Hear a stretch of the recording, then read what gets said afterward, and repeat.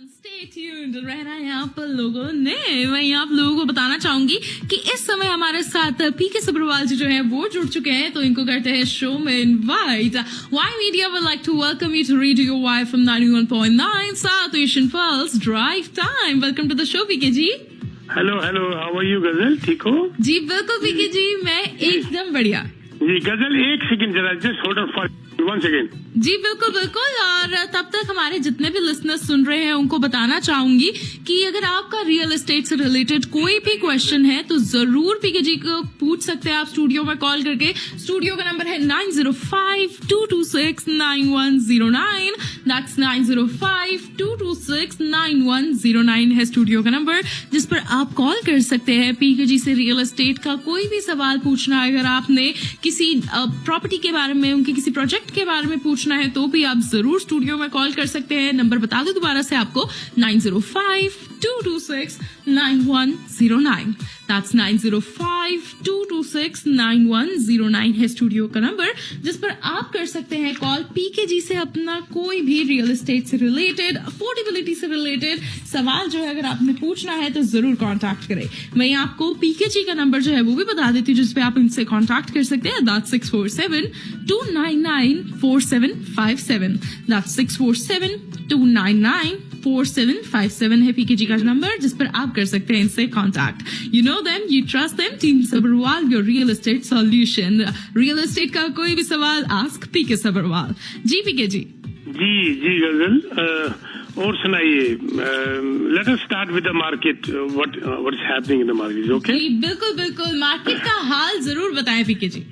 जी, अब ये मैं रिसेंटली जो ट्रब की न्यूज आई है लास्ट वीक, एंड उन्होंने क्वार्टरली रिपोर्ट, जो पहली रिपोर्ट दी है of 2023 for the first quarter, वो उसमें एक तो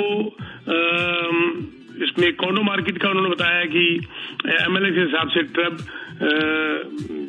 first quarter for GTA 4519 sales हुई है, जो कि 42.9% कम है।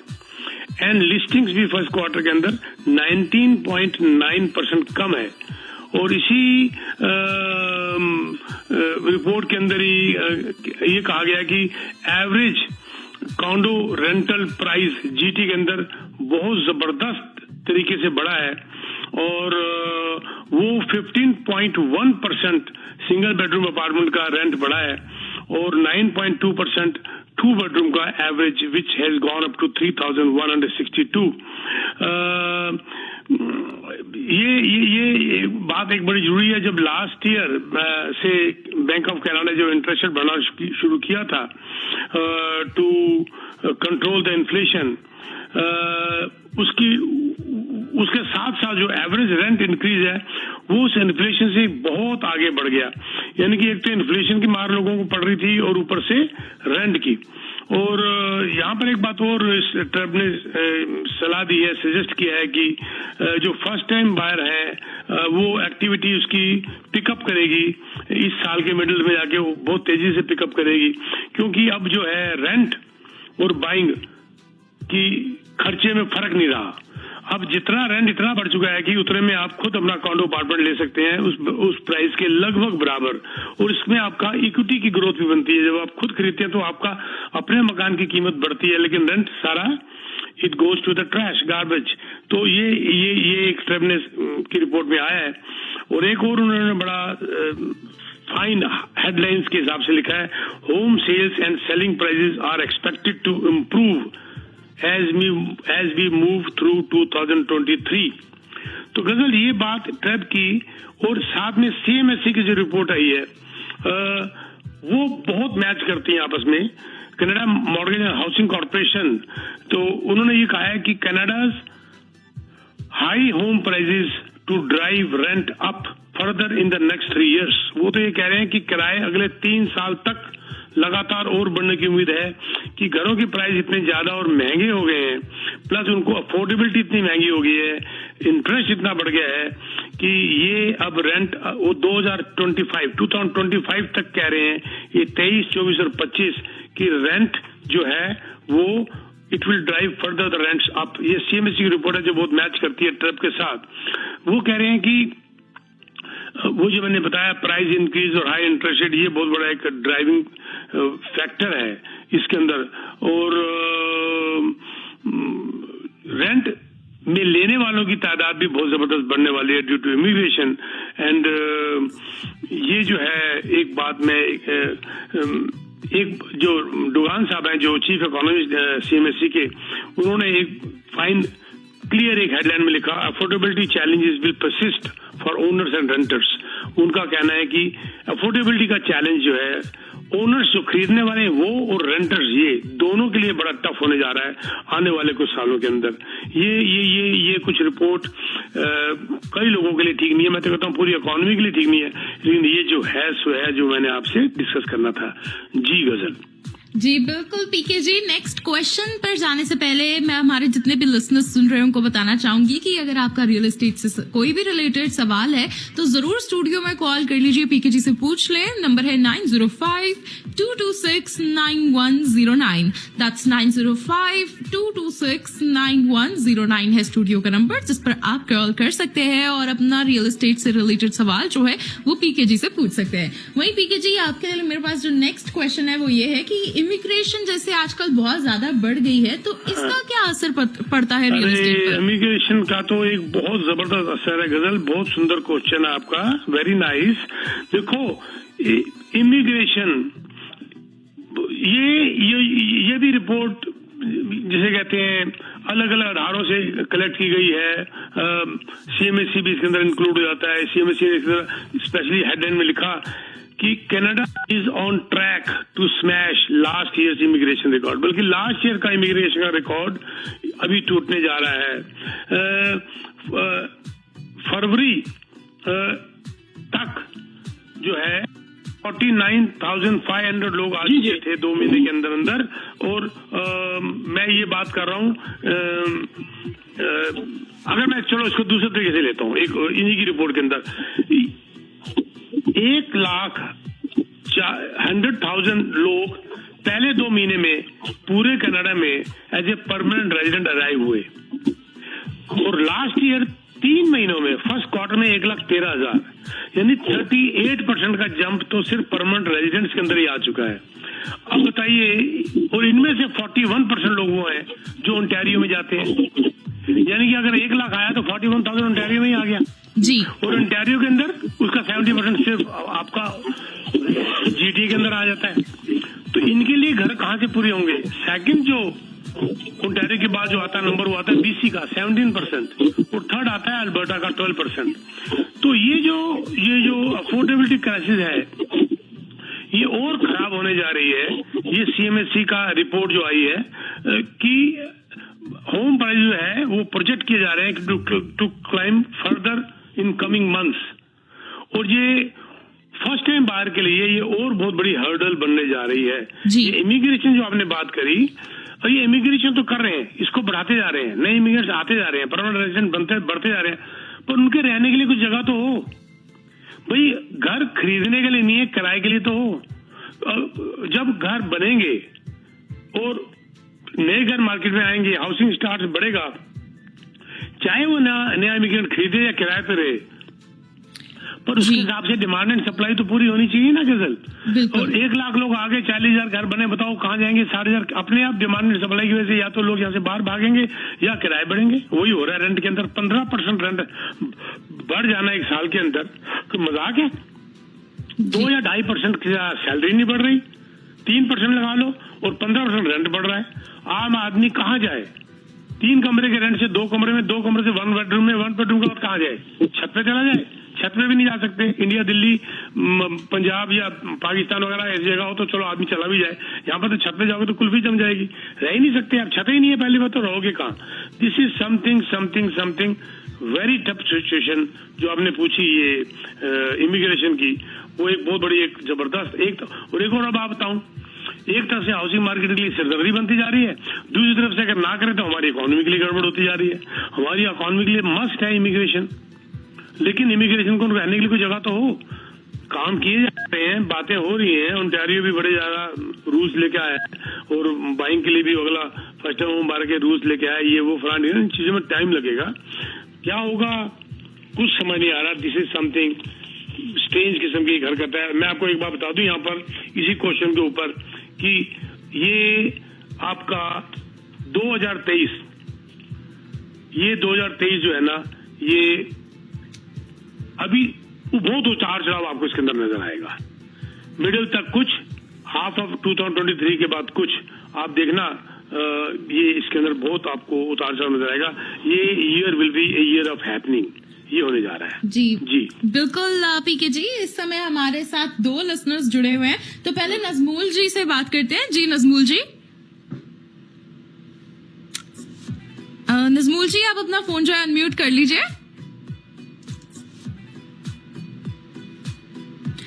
लगता है नजमूल जी की लाइन जो है वो डिस्कनेक्ट हो गई है, कोई बात नहीं। अफसा जी हमारे साथ जुड़े हुए हैं। अफसा जी, हेलो जी अफसा जी। हाँ जी पीके जी, कैसे हो? थैंक यू वेरी मच अफसा जी, आप बताइए। जी जी ठीक है। मैं सवाल वर्क परमिट पे आते हैं वो कितने आपकी आवाज अफजल जी, आपकी आवाज कट रही है, जरा आपकी आवाज इसमें क्लियर नहीं आ रही, दोबारा रिपीट करेंगे स्लो प्लीज। जी हाँ जी, वर्क परमिट जो आते हैं वो ले सकते हैं? बिल्कुल, अब आ गया रूलिंग, वर्क परमिट वाले ले सकते हैं जी। और कितने दिनों के बाद अभी अलाउ हो गया? ठीक है जी। कितने दिन, कोई भी टाइम है, महीना 2 महीना? आपकी ना आवाज असल में क्लियर नहीं है, मेरे को समझ नहीं आ रही। वर्क परमिट की बात मुझे समझ आ गई और वो अलाउ उनको हो गया है। आगे आपका क्वेश्चन क्या है, जरा दोबारा बोलिए। कितने महीने के बाद?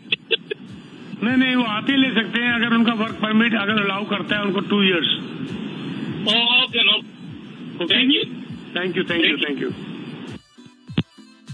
जी बिल्कुल, और बाकी हमारे लिसनर्स जो भी पूछना चाहते हैं सवाल, एक और कॉलर जो हमारे साथ जुड़ रहे हैं। हेलो, हाय मई जी, सॉरी गजल जी, मुझे पीके जी से बात करनी थी। जी बिल्कुल। बताइए क्या नाम है आपका? हाँ, मेरा नाम मनीष सोनी है। पीके जी सोनी साहब बताइए। अच्छा, मुझे ऐसा क्वेश्चन था कि मेरी अभी अमाउंट आई है 30 years की है।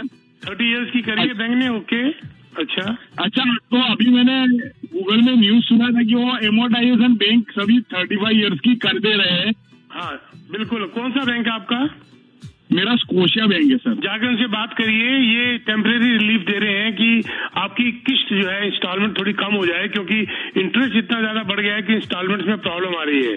तो वो उसको दूर करने के लिए आपकी अमोर्टाइजेशन 30 साल की बजाय 35 साल तक वो करने को तैयार है। आप जाके उनसे बात करिए, तो लगभग जो है इससे आपकी 5 साल बढ़ने का मतलब होता है लगभग आपका समझ लीजिए 10-12% आपकी 15% तक आपकी इंस्टॉलमेंट कम हो जाएगी। लेकिन एक बात साहब ध्यान रखिए, इंस्टॉलमेंट तो कम हो जाएगी लेकिन आपका लोन और महंगा हो जाएगा, क्योंकि इतना महंगा इंटरेस्ट रेट है, तो इतना ज्यादा महंगा ब्याज में आपके ऊपर ब्याज का बर्डन बढ़ जाएगा और प्रिंसिपल कम उतरेगा, ब्याज ज्यादा दोगे। ये तो आपको पता है ना जी? हाँ, वो तो सवाल ही नहीं आता है, लेकिन टेम्पररी टाइम भी इसमें से तो निकल जाऊंगा, जो हाई मंथली इंस्टॉलमेंट ज्यादा जा रहा है वो हो जाएगी, टेम्पररी प्रॉब्लम सॉल्व हो जाएगी। लेकिन सोनी साहब, मैं एक सलाह देता हूँ एज ए ब्रदर कि तो उतना कम बढ़ाओ और जितना आपके अमोर्टाइजेशन होने के बाद ज्यादा दे सको दो, क्योंकि ये कर्जा जो है ना, ये इंसान को जीने नहीं देता। जब आपको ये है ना आराम से कि आपका 2000 की पेमेंट वो कम होके आपकी 1700 रह गई है, तो वो 300 को एक सही जगह यूज करिए, ना कि उसको फजूल खर्च, क्योंकि ये कर्जा बढ़ रहा है ना कि कम हो रहा है अमोर्टाइजेशन बढ़ाने से, और आपका इंटरेस्ट का खर्चा बढ़ रहा है ना कि कम हो रहा है बढ़ाने की वजह से। ये जरूर ध्यान रखिएगा कि ये कर्जा जीने नहीं देता। ये मेरी एक सलाह है, मत मानिएगा, पर मैंने अपने मन की बात करी आपसे। अच्छा पीके जी, 4 लाख का लोन हो तो कितना कम हो सकता है? 35 years किया तो बैंक। ये बात तो गलत बंदे से पूछ रहे हैं ना आप अपने बैंक में जाओ, वो कंप्यूटराइज सिस्टम में डालेंगे, डिजिटल हिसाब निकल के बाहर आ जाएगा, कोई दिक्कत नहीं उसे। हो गया, ठीक है नहीं?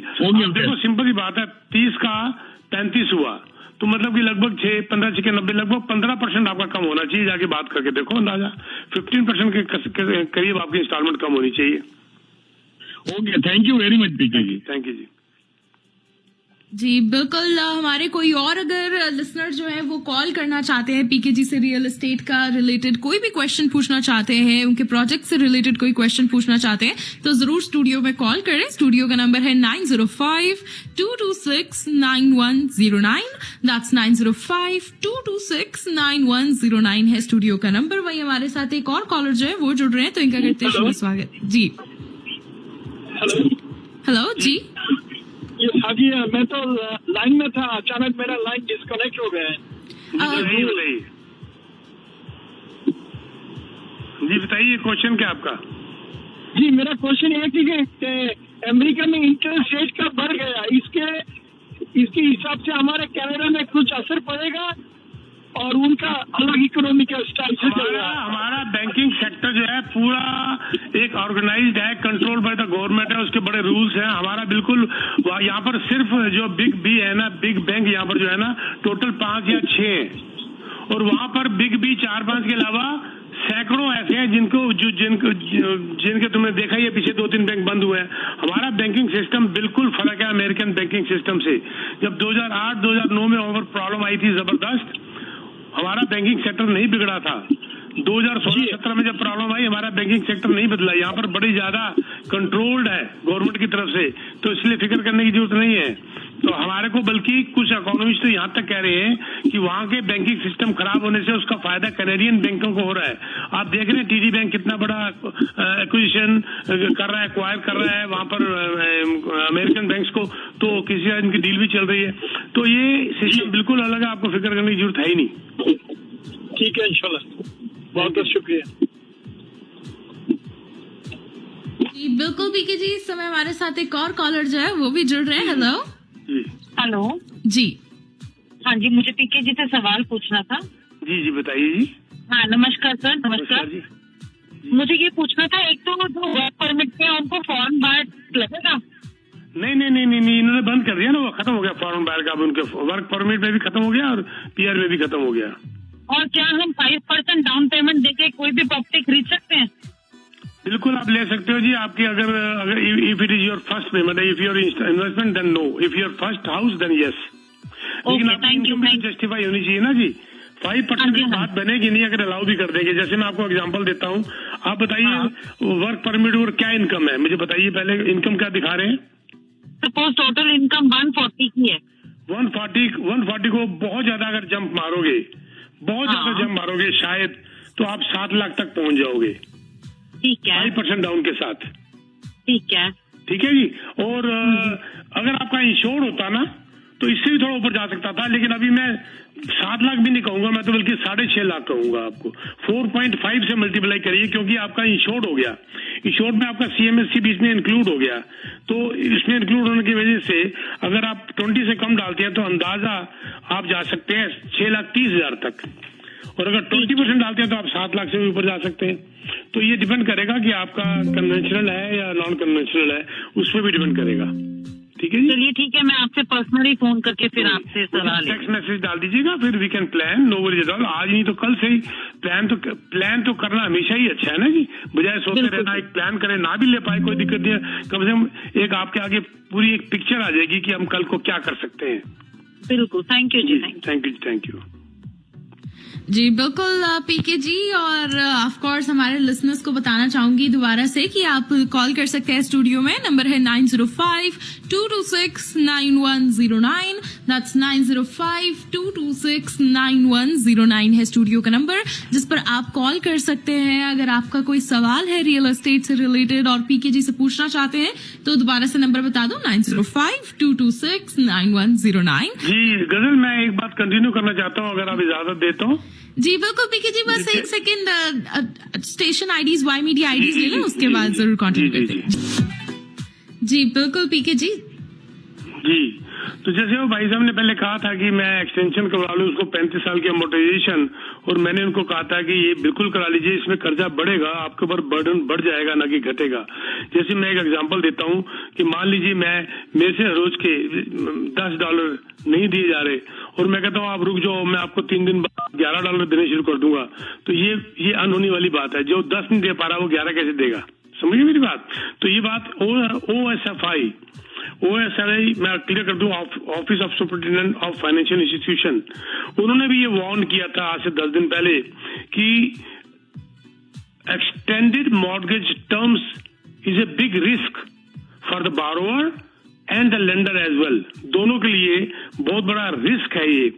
उनका ये मानना है कि शॉर्ट टर्म सॉल्यूशन तो है, जैसे उन भाई साहब ने भी कहा, लेकिन that will leave them in डेब्ट फॉर लॉन्गर पीरियड। ज्यादा लंबे तक वो डेब्ट में रहेंगे और उनको ब्याज का पोर्शन ज्यादा देना पड़ेगा। यल्किन साहब ने ये बात कही थी, OSRI के जो हेड हैं, उन्होंने बात कही थी। और इसी प्रकार उन्होंने कहा कि ये मूव जो है लेंडर्स का to extend amortization period for variable rate, जिनका उनके लिए एक्सटेंड करते हैं ज्यादातर, तो वो जो है उनके लिए भी रिस्की है। डिलिक्वेंसी ज्यादा हो सकती है, पैसे ज्यादा डूब सकते हैं। तो ये जो है मैंने शायद लास्ट वीक भी बात कही थी कि जो अमोर्टाइजेशन जो बढ़ाई है लॉन्गर देन 30 ईयर, वो बैंक ऑफ मॉन्ट्रियल के अंदर 32% बढ़ गई है, 32%, और CIBC में 30% बढ़ गई है, और टोरंटो TD बैंक, जो टोरंटो डोमिनियन बैंक जो कहते हैं, उसके अंदर 29% बढ़ गई है, और रॉयल बैंक की 25% बढ़ गई है। OSRI ने यहां तक भी सजेशन किया है कि प्रपोज किया है कि बल्कि इसकी बजाय आगे जो लैंडिंग दोबारा आगे जो नए लोगों की जा रही है उसको और सख्त किया जाए। इसलिए सख्त किया जाए कि देखो, मैं गजल एक बात अक्सर बताया करता हूं, जहां पर आप हैं वहां पर सुखी हैं। जब एक बार आपको एक आदत पड़ जाती है ना, उस आदत से निकलना मुश्किल हो जाता है। जैसे फॉर एग्जाम्पल, अगर मैं एक 2 कमरे के अपार्टमेंट में रह रहा हूं और मुझे अचानक 4 कमरों का घर मिल जाए, तो मैं 4 कमरों के घर में रहना की मेरे को आदत पड़ जाती है। तो फिर दोबारा जब मुझे 2 बेडरूम के अपार्टमेंट में जाना पड़ जाता है तो मेरे लिए आफत आ जाती है। ये गलत है कि ठीक है? क्योंकि आदत पड़ जाती है गजल रहने की। तो ये उनका मतलब है कि अगर इस किस्म की डेलीगेसी आ गई तो एक हालात बिगड़ने वाली बात है। हेलो जी बिल्कुल जी, हालात बिगड़ने वाली बात है। जैसे मैं एग्जांपल दिया करता हूँ, एक इंसान जो साइकिल चला रहा है और उसको साइकिल की आदत पड़ी, मैं अपने बचपन की बात बताता हूँ। जब मुझे पहली बार साइकिल मिली और वो मैंने अपने कमाई से ली और मैं स्कूल में पढ़ता था, तो सबसे पहले जाके मैंने मंदिर में सिर टेका और ये कहा भगवान से कि इस शर्त में मुझे साइकिल देना कि मेरे से खिंच ना जाए वापस, क्योंकि अब मुझे इस साइकिल से पैदल चलने की आदत कम हो जाएगी और मेरी आदत बिगड़ जाएगी। और वो जब दिमाग में एक बात आती है ना गजल, तो आप और मेहनत करते हैं, आप और ज्यादा मेहनत करते हैं। क्यों मेहनत करते हैं और ज्यादा? कि आपको लगता है कि भी ये चीज जो मेरे हाथ में आई है वो मेरे हाथ से निकल ना जाए। जी बिल्कुल। इसी प्रकार जो जब मेरे पास पहली मोटरसाइकिल आई, रॉयल एनफील्ड मोटरसाइकिल थी इंडिया में, तब भी मैंने जाके यही प्रार्थना करी कि अब मेरे हाथ से साइकिल खिंच रही है और एक मोटरसाइकिल आ रही है, ये भगवान मोटरसाइकिल इस शर्त में मुझे देना कि मेरे से खिंच ना जाए, क्योंकि मेरी ये आदत और बिगड़ती जा रही है। अब मैं मोटरसाइकिल तक जा रहा हूँ, मेहनत मैं बहुत करूंगा, खून पसीना बहा दूंगा, लेकिन मेरी किस्मत खराब ना हो जाए, मोटरसाइकिल हाथ से ना निकले।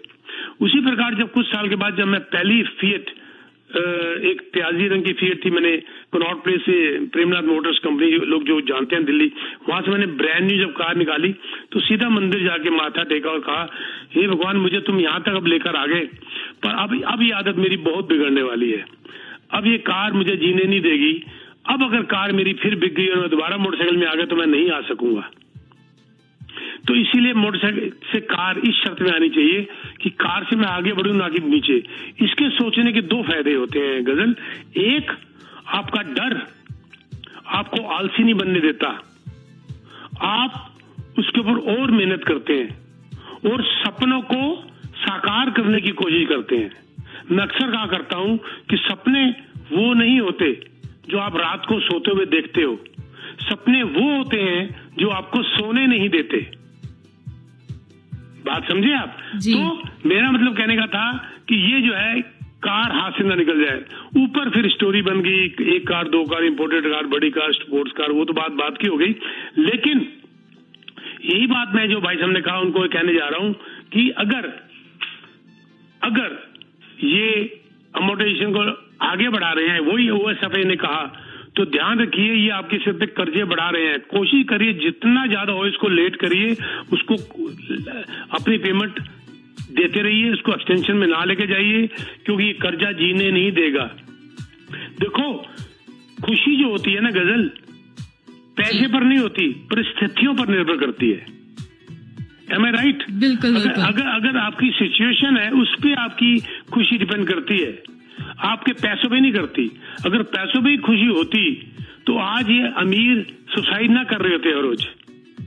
अमीरों में सुसाइड रेट ज्यादा है, गरीबों में कम है, क्योंकि खुशी की परिभाषा ही अलग है, खुशी की एक सोच ही अलग है। देखो मैं आपको एक एग्जांपल देता हूं। एक बच्चा गुब्बारा बैलून खरीद कर खुश होता है, इज इट करेक्ट? एक बच्चा गुब्बारा खरीद कर खुश होता है और दूसरा बच्चा उसे बेचकर खुश हो रहा है। गरीब का बच्चा बेच रहा है और वो बेचकर खुश हो रहा है, और एक अमीर का बच्चा खरीद कर खुश हो रहा है। एक बिगड़ा हुआ रईस का बच्चा उन गुब्बारों को फोड़ फोड़ के खुश हो रहा है। तीनों की परिस्थितियां अलग अलग है ना, पर तीनों खुश हैं। आप अपनी परिस्थितियों के हिसाब से खुश रहें, आपका कुछ भी बिगड़ने वाला नहीं है। थैंक यू वेरी मच गजल। मैं कहीं और बात करते करते चला जाता हूँ एक्चुअली। नहीं कोई बात नहीं पीके जी। वही हमारे लिसनर्स जो सुन रहे हैं उनको अफोर्डेबिलिटी आजकल काफी ज्यादा, जैसे हम बात कर ही रहे हैं कि टफ हो गई है लोगों की, तो उस पर आपकी क्या राय है वो भी जरूर बताएं। देखो जी, अफोर्डेबिलिटी तो खराब होती जा रही है, और ये तो एक बड़ी भारी एक वही मैं कह रहा हूँ ना कि एक सरदर्दी। अब ये भी CMSE की रिपोर्ट आई है, वो कह रहे हैं कि home prices projected to climb, और ये जो फर्स्ट टाइम बायर है उसके लिए बहुत बड़ी हर्डल आने वाली है। ये अब जाके कुछ लग रहा है 12 महीने प्राइस मकानों के नीचे गिरते अब आपने देखा कि प्राइस फिर बढ़ने शुरू हो गए, और फिर ये हॉट मार्केट स्टार्ट हो गई। इंटरेस्ट जो कह रहे हैं कि बाब दवान साहब ने जो कहा, चीफ इकोनॉमिस्ट CMSE के, कि इंटरेस्ट जो है वो कब गिरेगा वो बात की बात है। आज तो अफोर्डेबिलिटी महंगी हुई पड़ी है। तो ये अफोर्डेबिलिटी जो है, जिसके अंदर आपने एक क्वेश्चन किया था इमिग्रेशन का, वो भी बहुत बड़ा इन्वॉल्व है। शॉर्ट सप्लाई ऑफ हाउसिंग बड़ी इन्वॉल्व है। मॉर्गेज के रेट्स बड़े हाई है, ये भी बहुत बड़ी एक समस्या बनी हुई है। और उसके बाद जैसे कहते हैं शॉर्ट सप्लाई, ये बड़ी भारी है। ये सारी चीजें जो है ना, अफोर्डेबिलिटी जो है उसको लैक ऑफ इन्वेंट्री की वजह से जो एक बाइंग पावर जो मुश्किल हो रही है, वो अफोर्डेबिलिटी वाली बात आपकी बिल्कुल ठीक है। उसमें ये तो बस क्या कह सकते हैं कि मैं तो कहूंगा कि कछुए जैसे सिर अंदर कर लेते हैं ना, वो अंदर कर लो, सिंपल सी बात है। और या वो एक बड़ी अच्छी, मैं पीछे रिपोर्ट पढ़ रहा था, ये ट्रेंड शुरू हो गया अब इन कंट्रीज के अंदर भी, मल्टी होम्स का ट्रेंड जो शुरू हो रहा है। मतलब कि मल्टी फैमिली होम का मतलब ये हो गया कि अब मल्टी जनरेशन, जिसका सही वर्ड ये यूज किया था उन्होंने, मल्टी जनरेशन, कि जैसे हमारे इंडिया, पाकिस्तान, बांग्लादेश, श्रीलंका में देखा, दादा भी उसी घर में रह रहा है, पापा मम्मी भी उसी घर में रह रहे हैं, दादा दादी भी रह रहे हैं, बच्चे भी 3-3 जनरेशन एक घर में रह रही हैं। यहाँ पर आगे हमने अपने पैरों में खुद ही कुल्हाड़ी मार दी और खुद ही घरों से बाहर निकल गए और खुद ही परेशानी में आ गए।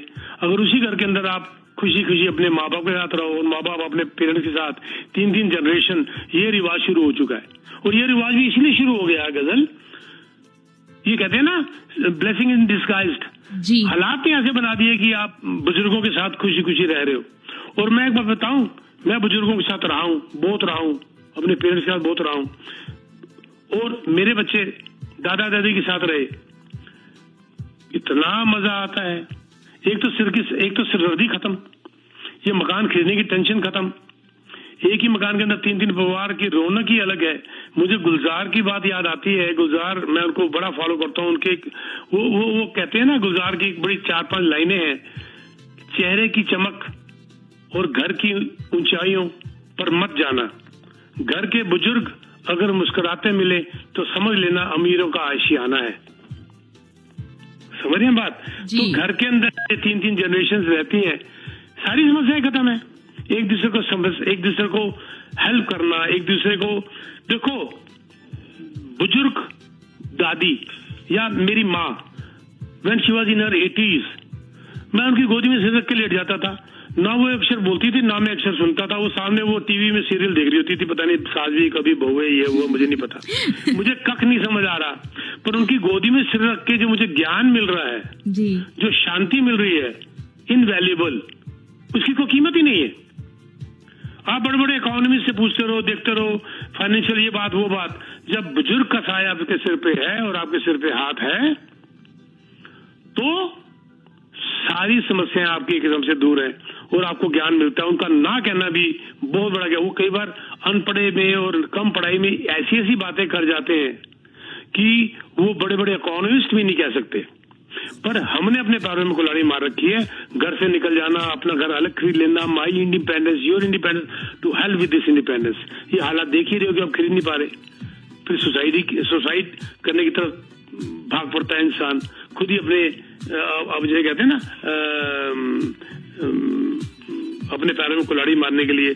मैं अक्सर कहा करता हूं, मजे में है तो पैसा चाहिए, लेकिन आनंद में अगर है तो परिवार और मित्र चाहिए। आनंद तभी आएगा गजल जब परिवार और मित्र आपके साथ होंगे। जी बिल्कुल। पैसा तो सिर्फ मजे के लिए है, आनंद के लिए नहीं है। सिंपल सी बात है जी जी। बिल्कुल पीके जी, मेरे पास तो जितने सवाल थे मैंने आपसे सारे पूछ लिए। भाई गजल आप बड़े दिनों बाद आए, बड़ा अच्छा लगा आपसे बात करके। ये देखो आधा पौना घंटा होता है, लेकिन अच्छा लगता है आके बात करना। हमारे लिसनर्स हमारे साथ जुड़ जाते हैं और हम उनके साथ बैठ के बात करते हैं और कनेक्टिविटी बनती है।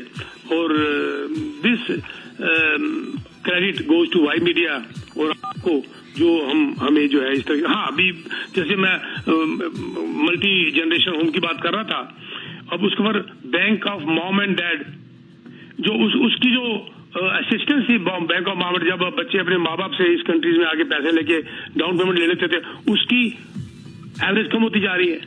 26% पिछले साल था the help from bank of mom and dad, अब वो घट के 22% रह गया। उसका कारण भी यही है कि मकानों की कीमत क्योंकि गिर गई थी तो उनकी इक्विटी कम हो गई। रह लो अपने माँ बाप के साथ जाके, शर्म आती है क्या? ओके गजल, बड़ा मजा आया बात करके। बिल्कुल पीके जी, अगले वेडनेसडे फिर बात करेंगे। बिल्कुल बिल्कुल। और चलते चलते मैं एक दो बातें बता दूं कि for any real estate need, चाहे वो रीसेल हो, चाहे वो प्री कंस्ट्रक्शन हो, कॉन्डो हो, घर हो, यू कैन टेक्स्ट मी। हमारे पास बड़े अच्छे प्रोजेक्ट मार्केट में चल रहे हैं। रैगलन के लगभग सोल्ड आउट हो गया। I don't think we have anything, but we can try again from the builders. और प्लस किपलिंग जो है स्टेशन कॉन्डोज सेंट्रल कोर्ट का, उसके लिए भी, या और कोई प्रोजेक्ट हो। लो राइज के पास हमारे पास कुछ प्रोजेक्ट्स हैं आउट ऑफ जीटी और with in the GTA, pre construction town home, semi detached, detach, उसके लिए भी आप हमें कांटेक्ट कर सकते हैं। 647-299-4757। आई रिपीट 647-299-4757 और यू कैन विजिट teamsabarwal.com। साथ में मैं ये भी कहना चाहूंगा कि हमारा आजकल कैंपेन चल रहा है हायरिंग एजेंट्स। अभी हमने पिछले हफ्ते भी 5 एजेंट हायर किए हैं।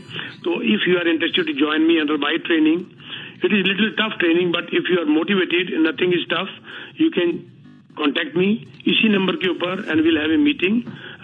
My office will contact you. Once you contact me, then we'll have a meeting. अगर आप हमें ज्वाइन करना चाहते हैं, अभी कल भी हमारे ऑफिस में ट्रेनिंग है नए एजेंट्स की, which is called lunch and learn. Lunch serve किया जाता है, प्लस मार्केटिंग की ट्रेनिंग होती है, कई किस्म की ट्रेनिंग होती है, 3 किस्म की ट्रेनिंग होती है हमारी। प्लस उसके ऊपर हम बिल्डरों के पास लेके जाते हैं आपको प्रोजेक्ट्स में, बिल्डर्स को अपने ऑफिस में बुलाते हैं, आपसे मुलाकात करवाते हैं। अपनी तरफ से हमारी पूरी कोशिश होती है, बाकी आपके ऊपर है। उसके लिए भी आप हमें इस नंबर पे कांटेक्ट कर सकते हैं। टेक्स्ट मैसेज डाल के अपना नाम और ईमेल लिखनी बहुत जरूरी है। 647-299-4757। आई रिपीट 647-299-4757 और you can visit teamsabarwal.com। Thank you very much Ghazal ji. बिल्कुल, thank you so much PK ji हमारे साथ जुड़ने के लिए। Y media would like to thank you for joining us on radio YFM 91.9।